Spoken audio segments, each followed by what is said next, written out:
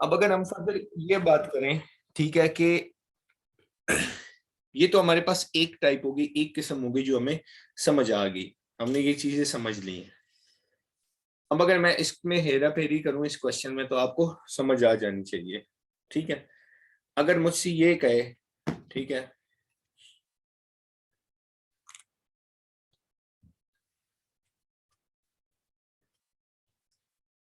अगर मैं आपको ये कहूं कि जो ए है, ठीक है, वो अकेला जो काम करता है, ठीक है, ये क्वेश्चन की स्टेटमेंट अगर मैं लिखूं कि A did any work alone in 18 days,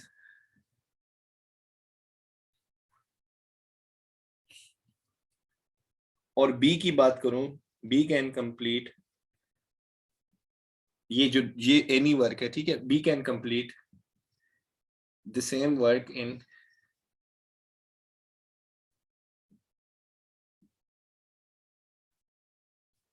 14 days। B जो है ना, ये हमारे पास भगोड़ा होता है, ये क्या कर देता है, ये 10 दिन के लिए काम कर देता है और 4 दिन बाद वो भाग जाता है। ठीक है, बी जो है हमारे पास वो क्या कर देता है, वो ये जो बी है ये हमारे पास इस तरह करता है कि 10 दिन काम करता है और 10 दिन के बाद ये भाग जाता है। अब कहता है कि B work for 10 days, B work for 10 days and left. तो जनाब अब आप ये बताएं कि वो छोड़ देता तो फिर ए कितने डेज काम करेगा। ठीक है, तो ए कितने डेज काम करेगा।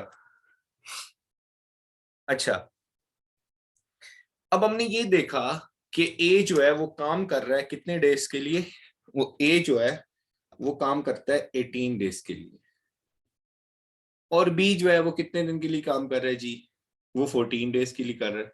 ए 18 डेज और बी 14 डेज के लिए काम कर रहा है। अच्छा, बी हमारे पास सॉरी ये 15 है, अच्छा 15 डेज, बी जो है वो हमारे पास 15 डेज के लिए काम कर रहा है और 10 दिन बाद वो क्या कर देता है, वो छोड़ देता है। तो अब बताएं कि कितने दिन ए काम करेगा। अच्छा, अब हमने क्या करना है, वही सेम प्रिंसिपल जो अभी हमने समझा। ठीक है, हमने ये देखा जनाब, ये चीजें चुप करके हमने क्या कर देना है कि टाइम है जी, टाइम जो वर्क होता है वो किसके बराबर होता है, 1/t के बराबर होता है। तो उसको हमने क्या कर देना है, एलसीएम ले लेना है, एलसीएम हम रफ वर्क में ले लेंगे। अब इसका एलसीएम देखें तो 90 आएगा आपके पास। अब इसको इसी तरह कर लें, ठीक है, इसको अगर इस तरह कर लेते हैं, 18 और 15 का अगर एलसीएम मैं लूं यहाँ पे,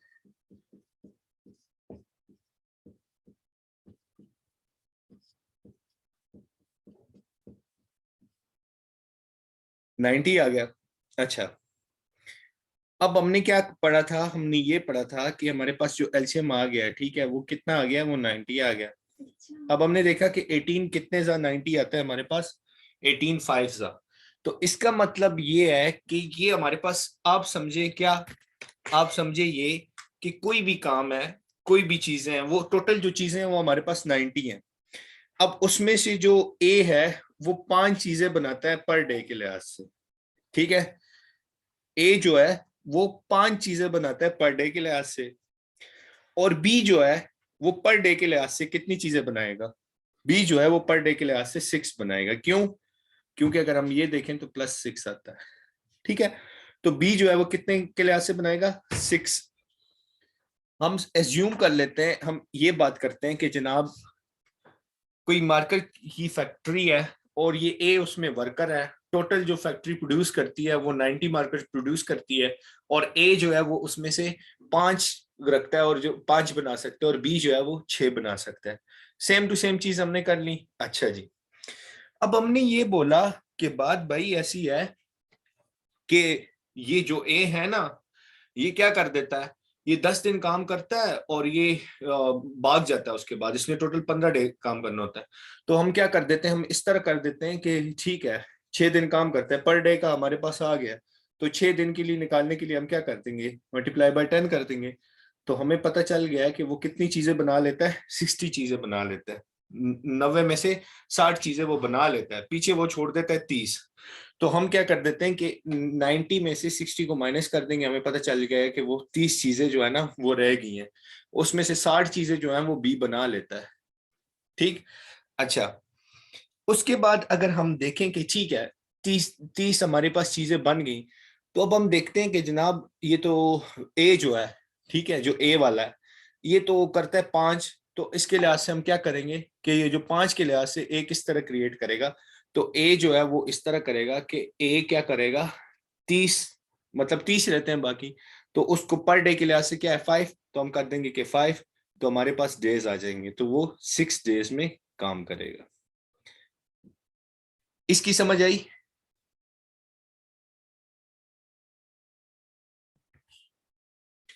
नहीं, इसी से तो हमारा आंसर आएगा ना। डेज का बताया हुआ है कि आप बताएं कि कितने डेज में ए करेगा, अगर ए को सेपरेटली काम करना पड़ गया। कहता है कि जो ए है, ठीक है, वो अकेले काम करता है 18 डेज में। ठीक हो गया। फिर कहता है कि जो बी है वो सेम वर्क 15 डेज में करता है।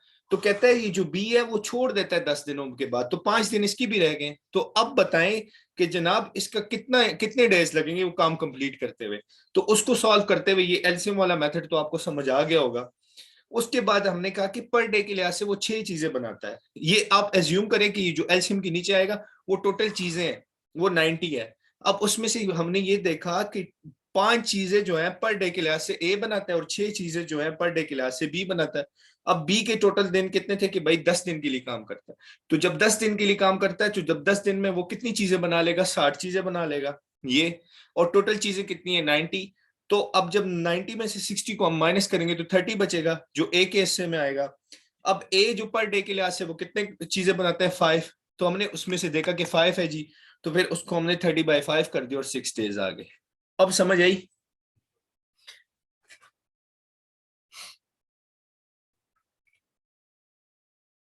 आयशा सच बताओ, आ गई समझ या नहीं आई?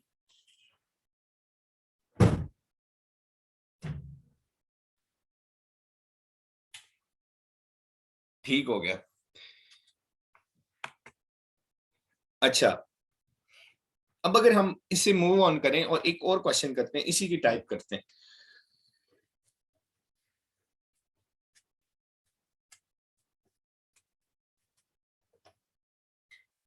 अब अगर हम ये बात करें कि दोबारा हम कहते हैं कि ए completed,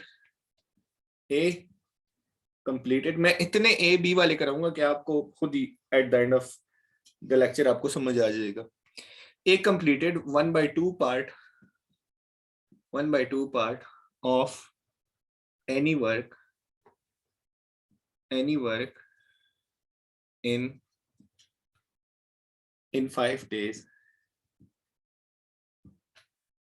be completed 3/5 part of any work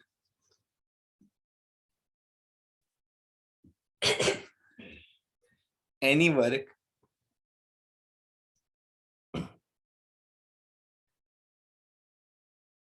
3 by part of any work in 3/5 in 3/5 days।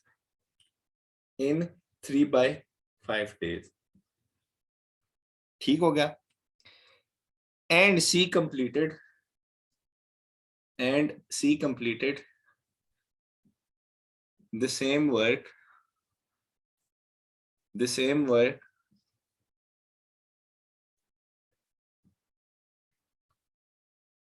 in 2/3 days।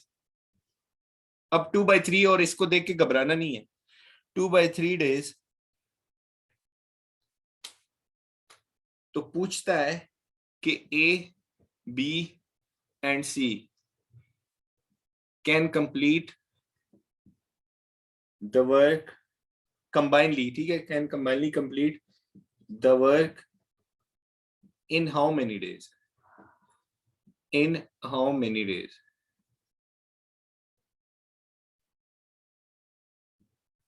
अच्छा, हमें कहता है जो ए है वो कोई भी काम है उसका 1/2 पार्ट करता है 5 दिनों में, और जो बी है वो 3/5 पार्ट करता है 3/5 डेज में, और जो सी है वो कंप्लीट करता है किसी भी काम के वो 2/3 डेज में करता है। तो ए बी सी अगर कंबाइनली काम करे तो वो कितने डेज में कंप्लीट करेंगे? इसको समझने के लिए सबसे पहले हमने क्या करना है, सबसे पहले आपने घबराना नहीं, ठीक है? तो अगर हम देखें कि 1/2 है, ठीक है, तो 1/2 पार्ट अगर हम देखें कि वो 5 डेज में कर रहा है, तो 1 पार्ट कितने डेज में करेगा? 10 डेज में करेगा ना। मतलब अगर हाफ काम वो 5 दिनों में करेगा तो पूरा काम वो कितने दिनों में करेगा? 10 दिनों में करेगा। समझ आई यहाँ पे? तो हम ए लिख देते हैं कि जनाब वो ए कितने में करता है? 10 डेज में करता है। अच्छा, बारी आती है बी को, सर से पकड़ के लाएं जरा। अब बी की बारी आती है। बी कहता है B completed 3/5 part of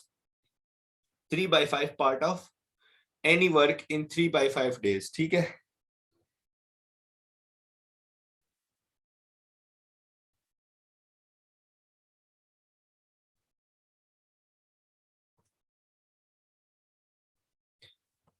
A completed 3/5 part of any work in 9 days. Sorry, ये मैंने गलत कर दिया था, ठीक है।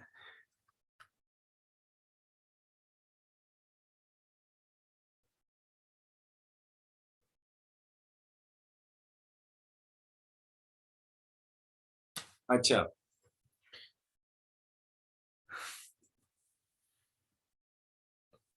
अब अगर इसको हम देखें, ठीक है, तो हमने क्या कि B completed 3/5 part of that work in 9 days. तो हमने क्या निकालना है? डेज निकालने हैं, ठीक है। तो अगर हम इसको क्या करेंगे, सिंपली 9 के साथ हमें पता है कि ये जो वर्क होता है ये किसका रेसिप्रोकल होता है? टाइम का। तो इसको हम क्या कर देंगे? 5/3 कर देंगे, ठीक है। और क्या हो जाएगा? 3 से कट जाएगा, तो इसका वर्क हमारे पास आ जाएगा 15 डेज। एक तो ये हो गया। अच्छा, अब उसके बाद क्या करना है? अगर आप एक मेरी बात सुने, अगर इसको भी उल्टा देना, इसको भी उल्टा देना, वो दोबारा 2 ही बनेगा, तो वो उसके साथ क्या आ जाएगा? डेज के साथ हो जाएगा, ठीक है। फिर कहता है कि जो आपका सी है, ठीक है, वो कहता है 2/3 डेज में वो कंप्लीट करता है। सेम वर्क जो है वो 2/3 डेज में कंप्लीट करता है, ठीक है।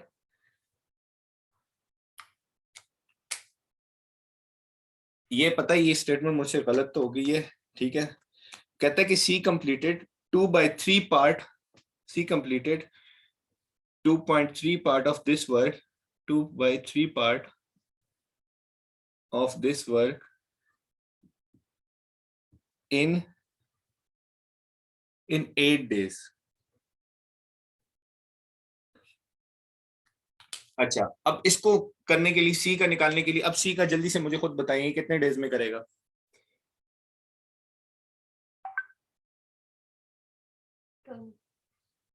12, यस, 12 डेज में, ठीक है। अच्छा, अब हमने क्या करना है? अब हमारे पास क्या, हमने इसको सॉल्व कर लिया जी, ये जो बाय में गिवन था, अब इसको हमने सॉल्व कर लिया। अब इसका हम क्या करेंगे? नेक्स्ट स्टेप क्या होगा? नेक्स्ट स्टेप क्या होगा? एलसीएम का, ठीक है। नेक्स्ट स्टेप होगा एलसीएम का, ठीक है। तो नेक्स्ट स्टेप में हम क्या करेंगे? एलसीएम लेंगे। फिर हम दोबारा इस तरह एक शोशा बना लेंगे, और इसका अगर एलसीएम लें 10, 15, 12, ठीक।